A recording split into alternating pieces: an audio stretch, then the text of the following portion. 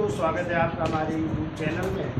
देखिए, मध्यकालीन इतिहास में जो है पिछले टॉपिक में हमने चर्चा की थी तुगलक वंश के अंतिम शासक नसीरुद्दीन महमूद तुगलक की, ठीक है, या फिरोज शाह के उत्तराधिकारियों की चर्चा की थी। और अंतिम तुगलक वंश का शासक कौन था? नसीरुद्दीन महमूद तुगलक, ठीक है। और इसी नसीरुद्दीन महमूद तुगलक के शासनकाल में हमने बताया था कि मंगोल आक्रमणकारी का आक्रमण हुआ था और उसका नाम था तैमूरलंग। तो तैमूरलंग ने कब 1398 ईस्वी में जो है भारत पर आक्रमण किया था, तो उसको अपना साम्राज्य छोड़ करके भागना पड़ा, फिर वापस आ गया। लेकिन जब वापस गया जो है आपका जो तैमूरलंग था, तो वापस जाते समय उसने पंजाब के गवर्नर खिर्ज खां को अपना क्या घोषित कर दिया? उत्तराधिकारी घोषित कर दिया और वो वापस चला गया। तो इस कारण जो है नसीरुद्दीन महमूद तुगलक और खिर्ज खां के बीच जो है संघर्ष चलता रहा और अंत में खिर्ज खां ने जो है एक नए राजवंश की स्थापना की 1414 ईस्वी में, और उसी वंश का नाम है सैयद वंश। यदि आ जाए सैयद वंश के संस्थापक कौन थे? खिर्ज खां। और कहते हैं खिर्ज खां ये पहला ऐसा राजवंश है जो किस धर्म का न्याय था? सिया धर्म का, यानी किस मत को मानने वाले थे? सिया मत को। क्यों? क्योंकि इन्होंने जो है हजरत मोहम्मद साहब को अपने को वंशज कहा, यानी कहा हजरत मोहम्मद साहब जिस वंश के हैं उस वंश का इन्होंने भी अपने को वंशज माना। तो हजरत मोहम्मद साहब किस धर्म के अनुयायी थे? सिया अनुयायी थे, तो इन्होंने भी अपने को सिया अनुयायी माना। यदि आ जाए दिल्ली सल्तनत में कौन सा राजवंश है जो सिया मत का अनुयायी था? तो वह सैयद वंश, ठीक है। और दूसरी चीज जो है, इन्होंने सुल्तान की उपाधि नहीं धारण की, बल्कि तैमूरलंग के बेटे जिनका नाम था शाहरुख, क्या नाम था? शाहरुख को सुल्तान माना और कौन सी उपाधि धारण की? रैयत आला की उपाधि, ठीक है। तो कौन सी उपाधि धारण कर रहा है? रैयत आला की उपाधि धारण की। और इसने कहते हैं जो तुगलक काल के सिक्के चल रहे थे उसमें कोई परिवर्तन नहीं किया, वही सिक्के चलते रहे, ठीक है। फिर कहते हैं 1421 में इसकी क्या हो जाती है? मृत्यु हो जाती है। मृत्यु के बाद इसका बेटा अगला शासक बनता है जिसका नाम है मुबारक शाह। कौन बना? मुबारक शाह बनता है। और इसी मुबारक शाह ने भी एक नगर बसाया था जिसका नाम था मुबारका नामक नगर बसाया, उसे अपनी राजधानी बनाया। लेकिन इसके समय भी षड्यंत्र की शुरुआत होती है और इसका खुद का जो वजीर था सरवर उर्मुर और एक हिंदू नेता था, दोनों ने मिलकर के षड्यंत्र किया। और कहते जब सुल्तान अपने द्वारा बनाए गए इसी शहर मुबारकाबाद का निरीक्षण कर रहा था, तभी जो है उसके धोखे से क्या कर दी गई? हत्या है, ठीक है। इस तरह 1421 से 1434 तक का उसका शासनकाल है, वो भी समाप्त हो जाता है। लेकिन मुबारक शाह के दरबार में पूछा जाता है तो उसके दरबार में एक दरबारी कवि रहते थे जिनका नाम था याहिया बिन अहमद सरहिंदी। और इन्हीं याहिया बिन अहमद सरहिंदी ने एक पुस्तक लिखी थी तारीख ए मुबारक शाही। कौन सी किताब? तारीख ए मुबारक शाही की रचना की थी, जिसमें हमने आपको बताया था फिरोज शाह तुगलक के समय 5 नहरों का निर्माण हुआ था। उसका विस्तृत उल्लेख यदि आ जाए किस पुस्तक में किया गया है, वो है याहिया बिन अहमद सरहिंदी की पुस्तक तारीख ए मुबारक शाही, ठीक है। फिर इसके बाद जो है अगला शासक मोहम्मद शाह, फिर अलाउद्दीन आलम शाह अंतिम शासक बनता है। और कहते उस समय उसका वजीर होता हमीद का, तो उससे अनबन हो जाती है उसकी, तो वो कहते हैं अपना राज्य छोड़ करके बदायूं चला जाता है और उसके 2 साले होते हैं, वो शासन सत्ता संभालते हैं। लेकिन तभी जो है वजीर हमीद खान ने आमंत्रित किया किसको? बहलोल लोदी को आमंत्रित करते हैं और उसी बहलोल लोदी ने वजीर की हत्या कर दी, उनके दोनों सालों की हत्या करके एक नया राजवंश स्थापित करेगा और वो वंश होगा लोधी वंश, ठीक है। चलिए डिटेल में चर्चा कर लेते हैं इस वंश के बारे में। तो हेडिंग डाल लीजिए सैयद वंश, टाइम है 1414 से 1451 ईस्वी, ठीक है। पहला शासक कौन है? तो देखिए खिर्ज खां। हेडिंग डालिए खिर्ज खां। और खिर्ज खां का टाइम है 1414 से लेकर के 1421 ईस्वी। 1414 से 1421 है। अब देखिए इसकी उपाधि लिख लो। इसकी उपाधि है रैयत ए आला की है, रैयत ए आला की पाठ धारण कर रहा है और इसने एक पुस्तक भी लिखी थी। उस पुस्तक का भी नाम लिख लीजिए। उस पुस्तक का नाम है दरार ए जज्बात है, दरार ए जज्बात, ये इसकी पुस्तक है। ठीक है, यानी पुस्तक क्या मतलब वसीयत है इसकी है, वसीयत लिखा था, वसीयत नाम, वसीयत लिखी थी। और ये किस मत के अनुयायी थे, जिनका मत लिख लो तो सिया मतानुयायी है, सिया मतानुयायी, यानी यही पहला राजवंश है दिल्ली सल्तनत का जो किस मत का अनुयायी है, सिया मतानुयायी। ठीक है, ये सुल्तान बनने से पहले कहाँ का सूबेदार था, लिख लीजिए। सुल्तान बनने से पहले ये मुल्तान, लाहौर और दीपालपुर का सूबेदार था। ठीक है, मुल्तान, कमाल, लाहौर और दीपालपुर का सूबेदार, मुल्तान, लाहौर और दीपालपुर का सूबेदार हुए। ठीक है, किसका वंशज कहा तो लिख लीजिए, वंशज इसने माना हजरत मोहम्मद साहब का वंशज कहा। ठीक है, हजरत मोहम्मद साहब का वंशज कहा।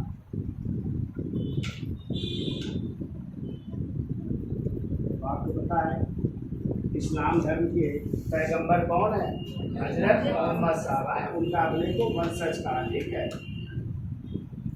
और शासक किसको माना, शासक माना तैमूर लंग के पुत्र है शाहरुख को, तैमूर लंग के पुत्र शाहरुख के नाम से शासन करता है, शाहरुख के नाम से, शाहरुख को शासक माना। ठीक है, और उसी के प्रतिनिधि के रूप में कार्य किया। कौन सी बात धारण की, रैयत आला का मतलब होता है प्रजा का मुखिया है, लोचा है, इसका अर्थ होता है प्रजा का मुखिया, प्रजा का मुखिया के पास धारण की। और किसे अपना सुल्तान माना, तैमूर लंग के पुत्र शाहरुख के नाम से शासन करता रहा। ठीक है, और रैयत आला की बात धारण की। अब देखो कि अपने आप को बताया था इसने कौन से सिक्के जारी रखे जो तुगलक काल में चल रहे थे, कोई नए सिक्के इसने जारी नहीं किए। तो देखो खिलजी खान ने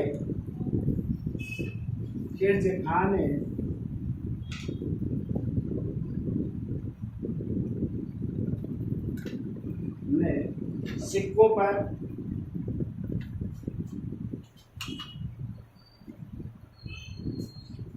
खिलजी खान ने सिक्कों पर तुगलक वंश के ही शासकों का नाम अंकित रखा। तुगलक वंश के शासकों का नाम ही, शासकों का नाम ही अंकित रखा, जब ये रखा उन्हीं का नाम चलता रहा, तुगलक वंश के शासकों का नाम ही चलता रहा। ठीक है, ये लोग तो खिलजी खान के शासन काल में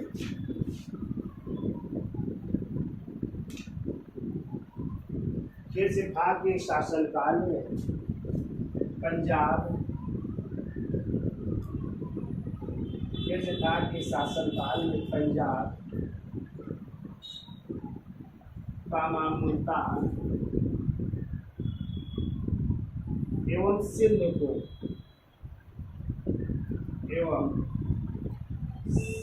को पुनः पुनः दिल्ली सल्तनत में मिला लिया गया।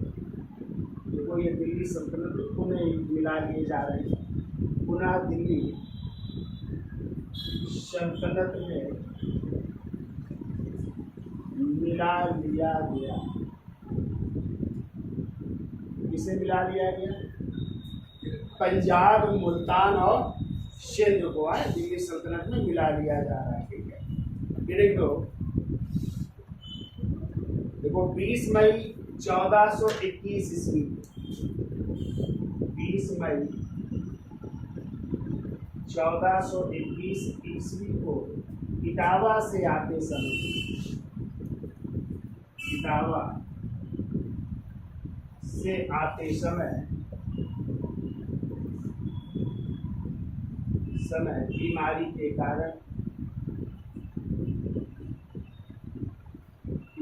के कारण इसकी मृत्यु हो गई। इसकी मृत्यु हो गई।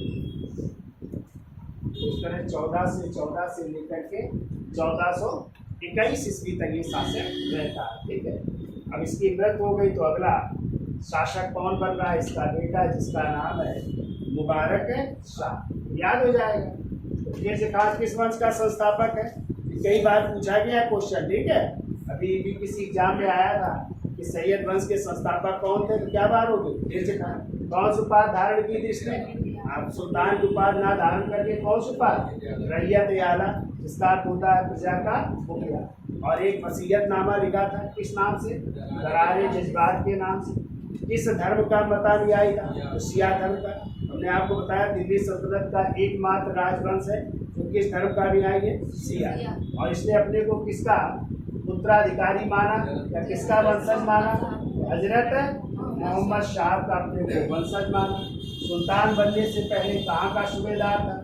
मुल्तान, लाहौर और दीपालपुर का। ठीक है, तो इसने अपने को या कह सकते हैं किसको शासक माना या किसके प्रतिनिधि के रूप में कार्य किया? तो तैमूर लंग के पुत्र शाहरुख के नाम से शासन किया। ठीक है, और खिलजी खान ने कोई नए सिक्के नहीं चढ़ाए, बल्कि जो तुगलक काल के सिक्के थे उन्हीं को इसने जारी रखा।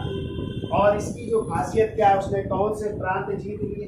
पंजाब को, मुल्तान को और सिंध को जीत करके पुनः दिल्ली सल्तनत में मिला। कब मृत्यु हो गई? 20 मई 1421 को। कहाँ से? इटावा से आते समय उसकी बीमारी के कारण क्या हो जाती है? उसका स्क्रीन शॉट है, जो फिर आगे चलते हैं। देखिए, खिलजी खान की मृत्यु के बाद उसका पुत्र अगला शासक बनता है, जिसका नाम है मुबारक शाह। टाइम क्या है? 1421 से 1434 ईस्वी। तो देखिए इसकी उपाधि क्या क्या थी? उपाधि लिखिए इसकी उपाधि। एक तो इसने शाह की उपाधि धारण की, शाह की उपाधि धारण कर रहा है। दूसरी इसकी उपाधि है अमीर, नायब ए अमीरुल मोमिनीन है, नायब ए अमीरुल मोमिनीन है, मोमिनीन। ये दो उपाधियां, एक शाह की और दूसरी नायब ए अमीरुल मोमिनीन की। ठीक है, अब इसने हमने बताया था ना कि उसने एक नगर बसाया था और उस नगर का नाम है मुबारकाबाद। नगर लिखो, मुबारकाबाद नामक नगर बसाया था और राजधानी भी बनाई। ठीक है, और इसके दरबार में एक लेखक रहते थे, लेखक का भी नाम लिखिए। और उस लेखक का नाम है याहिया बिन अहमद सरहिंदी। अहमद सरहिंदी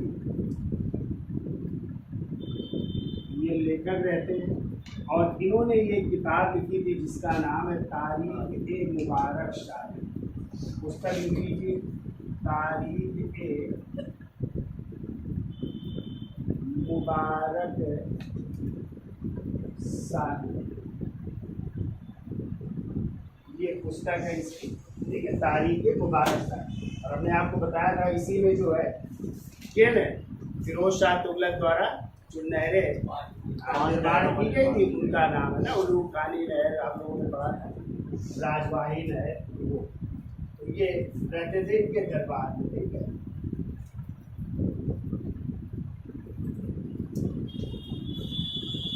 लेकिन वो मुबारक शाह ने,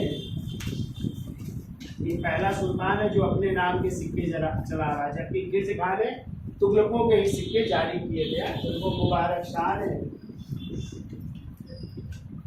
अपने नाम के सिक्के जारी किए। मुबारक शाह ने अपने नाम के सिक्के जारी किए और तुगलक शासकों का नाम इन सिक्कों से हटा दिया और तुगलक शासकों का नाम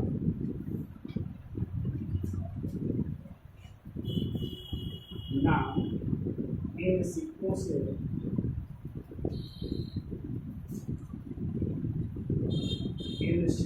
हटा दिया।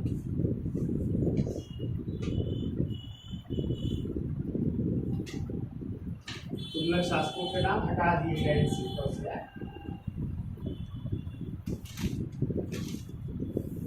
अगला पॉइंट, मुबारक शाह के वजीर, मुबारक शाह के वजीर जिसका नाम है सरवर उल मुल्क, सरवर उल मुल्क भी कहते हैं, दूसरा नाम एक और है मलिक सरूप भी कहते हैं, एक और नाम लिखो, मलिक सरूप ने, मुबारक शाह के वजीर सरवर उल मुल्क या मलिक सरूप ने षड्यंत्र द्वारा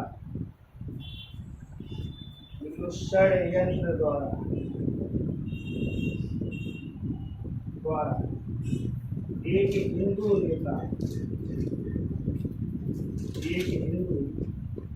नेता सिद्धपाल के माध्यम से, सिद्धपाल, उस हिंदू नेता का नाम है सिद्धपाल, के माध्यम से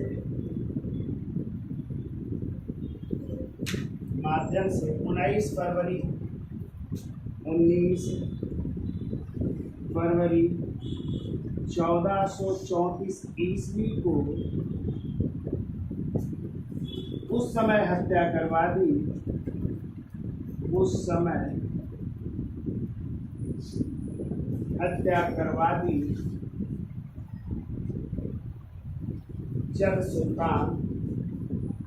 जब मुबारक शाह, जब सुल्तान अपने द्वारा बसाए गए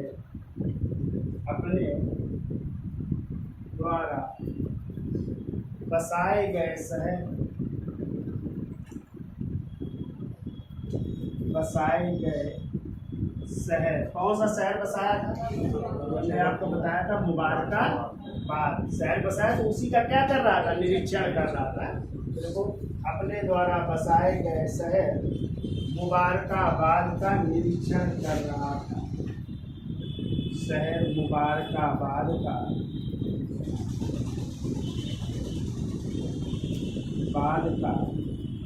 निरीक्षण कर रहा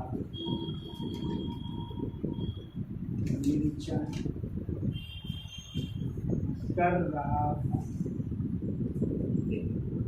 इसकी भी षड्यंत्र द्वारा हत्या कर दी जाती है 1434 ईस्वी, 19 फरवरी 1434। और हमने आपको बताया इसी के दरबार में कौन लेखक निवास करते थे? याहिया बिन अहमद सरहिंदी रहते थे, जिन्होंने कौन सी किताब लिखी है? तारीख मुबारक शाह। ठीक है, तो लिखना हो तो लिख लेना, बाकी हमने ऊपर लिख दिया है। इसके दरबार में तारीख मुबारक शाही के लेखक याहिया बिन अहमद सरहिंदी निवास करते हैं। ठीक है, अब इसकी हत्या हो जाती है। देखिए अगले सुल्तान बन रहे हैं मोहम्मद शाह, और ये जो है मुबारक शाह के क्या है, भाई है। ठीक है, तो चचेरे भाई है, तो वो शासक बन रहा है। चलिए इसका स्क्रीन शॉट ले दो, फिर आगे चलते हैं। तो देखिए इनके पिता का नाम है फरीद खान। फरीद खान नाम है, और फरीद खान जो है ये मुबारक शाह के भाई हैं। मुबारक शाह जो सुल्तान थे ना, मुबारक शाह के भाई। तो इस तरह जो है ये मुबारक शाह का क्या हुआ, भतीजा। ठीक है, अब इसका नाम है, मूल नाम लिखो,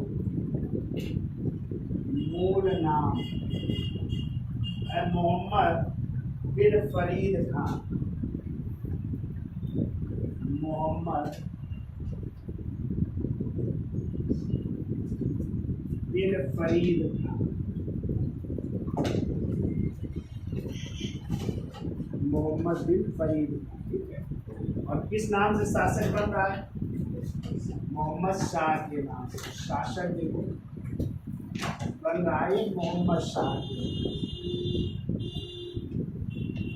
मोहम्मद शाह। और किसका भतीजा है, तो लिख लो मुबारक शाह का भतीजा है। मुबारक शाह का भतीजा, जो पहले सुल्तान थे उनका भतीजा, यानी उनके भाई फरीद खान का क्या है, बेटा है। ठीक है, तो ये शासक बना है। तो कहते हैं जो मोहम्मद शाह के प्रारंभिक 6 महीने थे वो किसके अंडर में व्यतीत हुए, उसके वजीर। और वजीर कौन है, सरवर और मुल्क, वही वजीर है।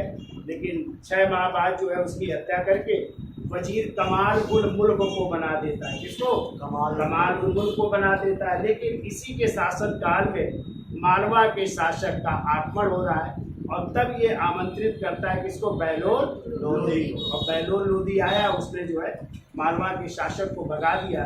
इसी उपलक्ष्य में जो है इस मोहम्मद शाह ने बहलोल लोदी को खान ए खाना की बाती और अपना पुत्र कह करके संबोधित किया। यानी बहलोल लोदी को क्या माना, अपना पुत्र जो है कह करके संबोधित कर रहा है कि तुम मेरे पुत्र के समान हो। ठीक है, तो चलिए अगला पॉइंट लिखिए। देखो मोहम्मद शाह के प्रारंभिक 6 महीने, मोहम्मद शाह के प्रारंभिक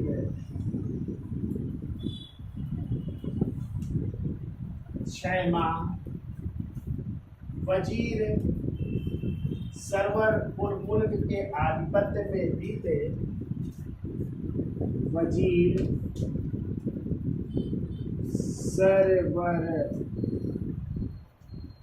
उल मुल्क के आधिपत्य में बीते, यानी जैसा वो कहता था वैसा इसको करना पड़ता था। आधिपत्य में बीते,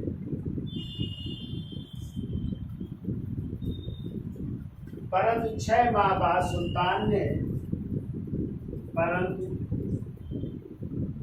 6 माह बाद सुल्तान ने अपने नायब सेनापति, सुल्तान ने अपने नायब सेनापति,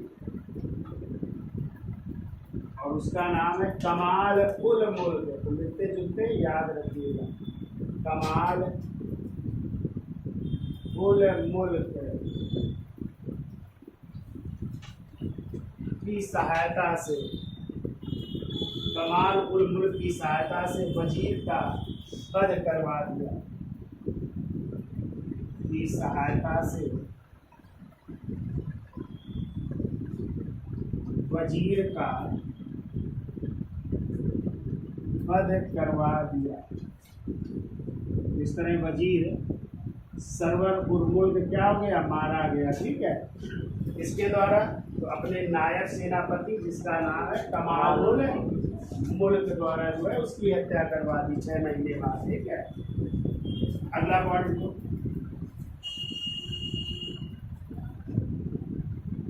तो मोहम्मद शाह अपने शासन के अंतिम मोहम्मद शाह अपने शासन के अंतिम वर्षों में शासन के अंतिम वर्षों में हुए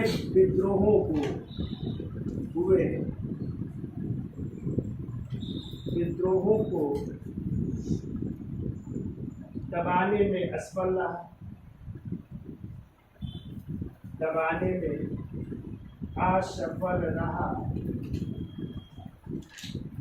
अतः कई राज्यों ने अपने को स्वतंत्र घोषित कर लिया। अतः अधिकांश राज्यों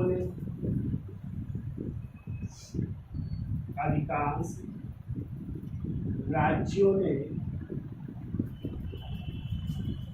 अपने को स्वतंत्र घोषित कर दिया, अपने को स्वतंत्र घोषित कर दिया। कई राज्य जो है स्वतंत्र हो जाते हैं, इसके समय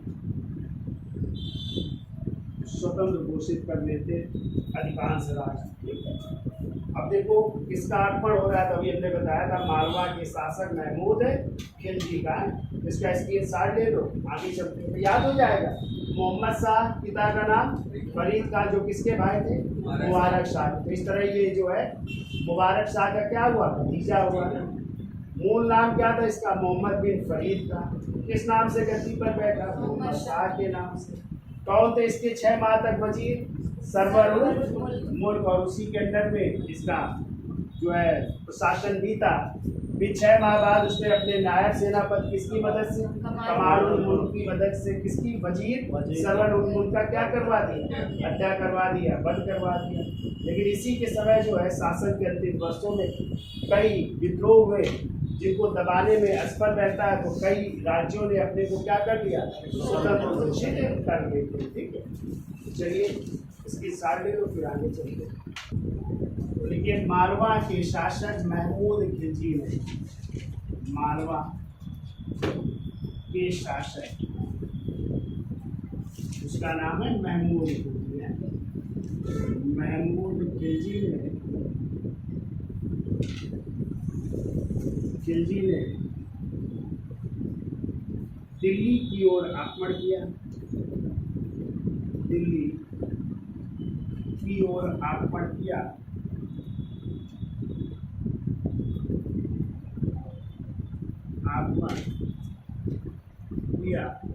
अतः सुल्तान ने समाना के सूबेदार, कहाँ का सूबेदार था बहलोल लोधी, समाना है।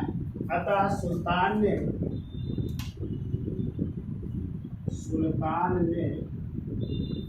समाना के सूबेदार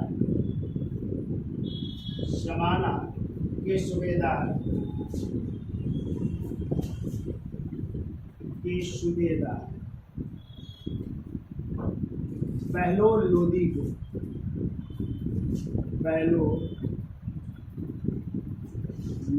को मदद के लिए बुलाया,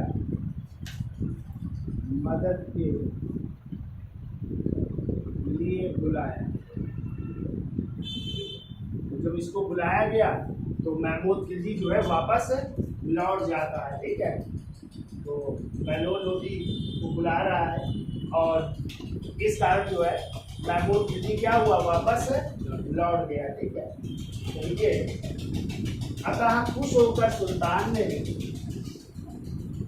चाइनीज लोग बहलोल लोधी को मदद के लिए बुलाया। अतः महमूद खिलजी वापस लौट गया। महमूद खिलजी वापस लौट गया। महमूद खिलजी वापस लौट गया। तब खुश होकर सुल्तान ने खुश होकर सुल्तान ने बहलोल लोधी को कौन सी उपाधि खान खाना गया। तो खुश होकर सुल्तान ने बहलोल लोधी को बहलोल लोधी को खान ए खाना खान एक खाना या इसी कह सकते यार ए वफादार है, यार ए वफादार की उपाधि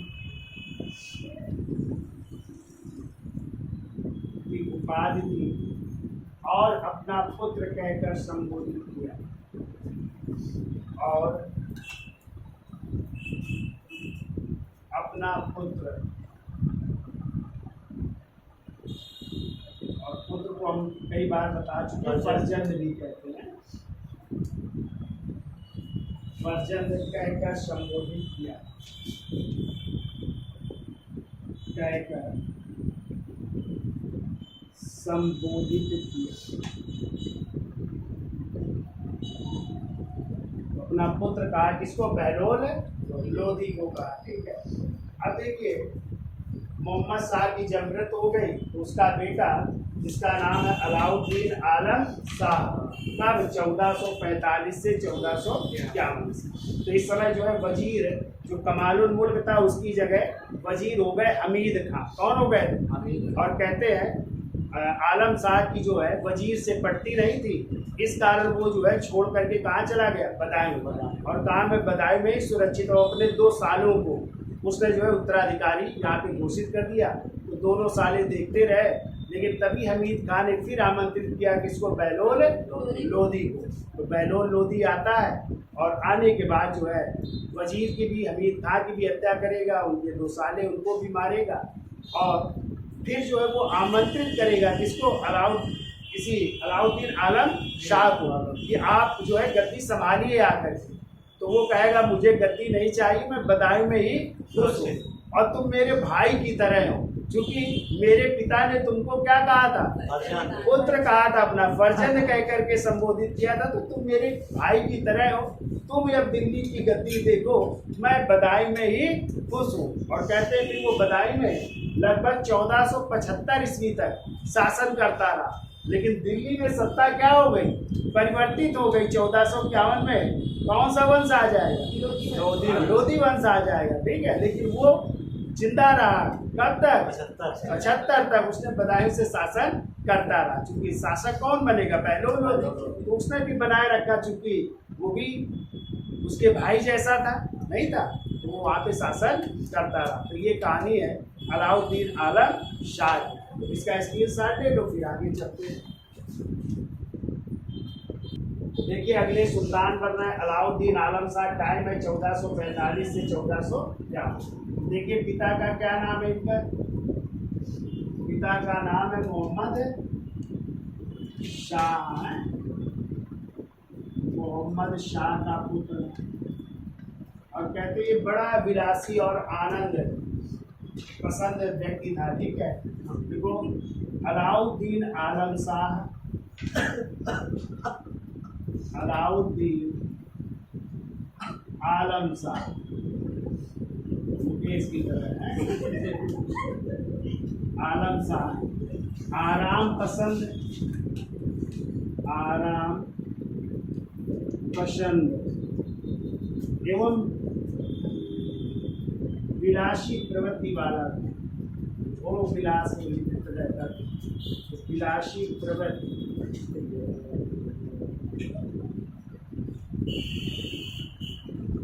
वाला, ठीक है। तो विलासी स्वभाव का था। ठीक है। अब देखो, इसका अपने वजीर, इसका अपने वजीर हमीद खां, हमीद खां, कहीं कहीं हमीद खां मिलता है और कहीं कहीं इसका नाम मिलता है हुशाम खां, हुशाम खां से अनपढ़ हो जाने के कारण या विवाद हो जाने के कारण, अनपढ़ हो जाने के कारण कहाँ चला गया? बदायूं चला गया। अनपढ़ हो जाने के कारण 1447 ईस्वी में दिल्ली छोड़कर बदायूं चला गया। दिल्ली छोड़कर बदायूं चला गया। जब बदायूं चला गया तो इसके 2 साले थे, उनको सत्ता सौंप जाता है। देखो, और 2 सालों, साले प्रिय होते हैं ना, हर व्यक्ति के पत्नी के भाई होते हैं, उनको सौंप गया।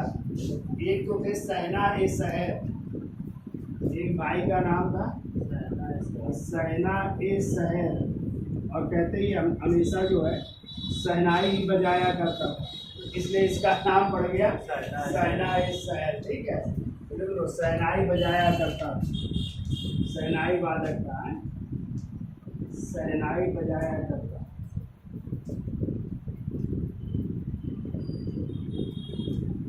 एक तो ये हो गया। दूसरा, इनका साला है जिसका नाम है अमीर कोयते, अमीर कोयते। तो ये जो है अब दिल्ली का प्रशासन दोनों साले इसकी संभाल रहे हैं। ठीक है, तो दोनों सालों ने संभाला। अब देखो, वजीर कौन है? वजीर से अब इनकी पट नहीं रही थी दोनों सालों की, तो वजीर अमीर खान ने अब किसको आमंत्रित किया? पंजाब के सूबेदार, समाना के सूबेदार बहलोल लोधी को। तो देखो, वजीर अमीर खान ने पंजाब के सूबेदार बहलोल लोधी को दिल्ली बुलाया। पंजाब के सूबेदार बहलोल लोधी को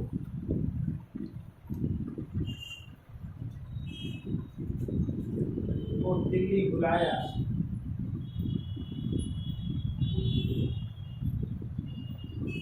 इस तरह बहलोल लोधी दिल्ली आ रहे हैं, और दिल्ली आने के कुछ दिन बाद ही बहलोल लोधी ने, और दिल्ली आने के कुछ दिन बाद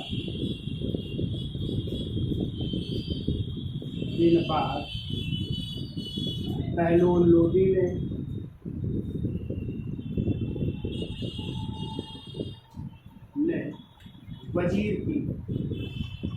वजीर और इन सब किया है की हत्या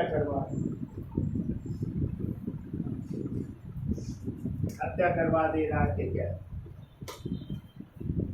और दिल्ली के सिंहासन पर अधिकार, ठीक है, दिल्ली के सिंहासन पर अधिकार। लेकिन हमने आपको बताया था कि दिल्ली के सिंहासन पर बैठने से पहले उसने इसको अलाउद्दीन आलम शाह जो कहाँ चले गए थे? बदायूं। तो उनको आमंत्रित कहते ये आपके पिता का की गद्दी है, आप ही संभालिए आकर के। ठीक है, तो आलम शाह कहते हैं भैया तुम मेरे भाई की तरह हो, मेरे पिता ने तुमको अपना पुत्र कहा है, तुम ही दिल्ली संभालो, तुम खुश रहो, मैं बदायूं में ही खुश हूँ, मुझे आने की जरूरत है नहीं है दिल्ली, और वो बदायूं में ही बना रहता है। ठीक है, ये कहानी लिखा नहीं है, लेकिन ध्यान रखिएगा ऐसा। देखो, दूसरी तरफ अलाउद्दीन आलम शाह ने दूसरी तरफ बिगाड़ दे इसको। चलिए इसका स्केच साल दे दो, फिर लिख देते हैं।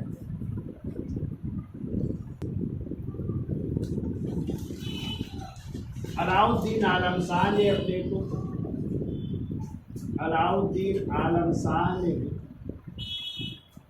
को बदायूं में ही सुरक्षित रखा। बदायूं में भी सुरक्षित रखा।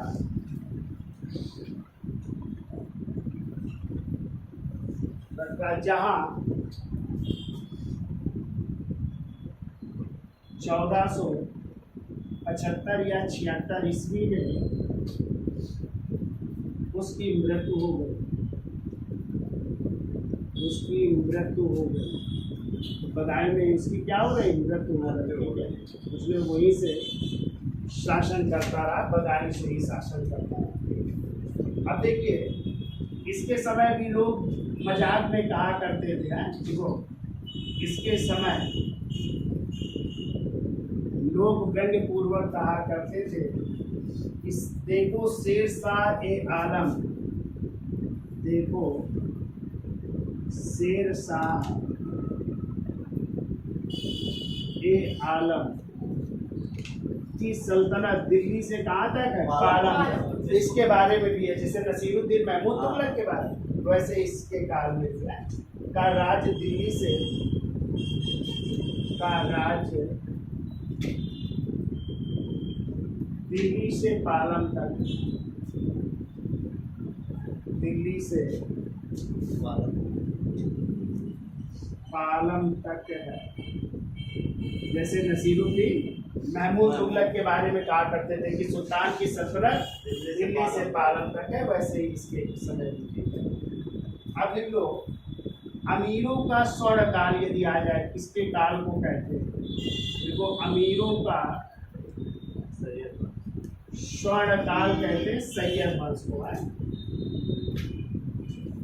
अमीरों का स्वर्ण काल लोधी काल को है, लोधी काल को कहते हैं। और यदि आ जाए अमीरों का निम्न काल,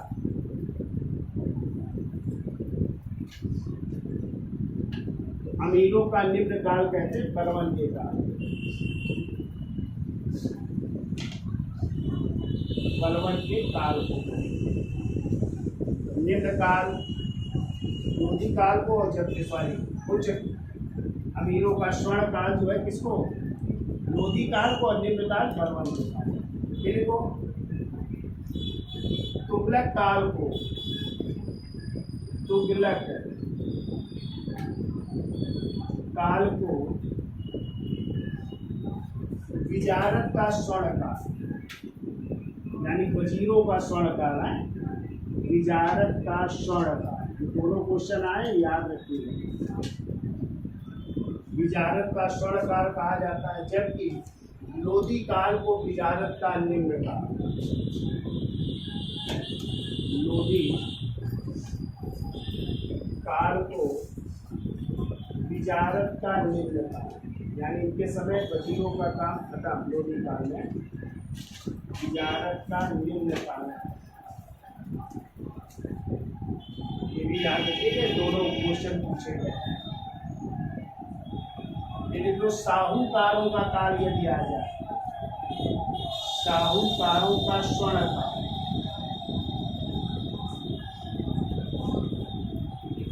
साहूकारों का स्वर्ण काल कहते हैं मोहम्मद बिन तुगलक के शासन,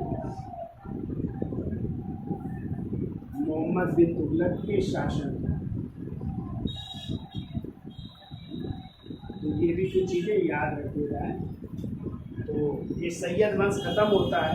अब हम नेक्स्ट टर्म में चर्चा करेंगे लोधी वंश की, ठीक है।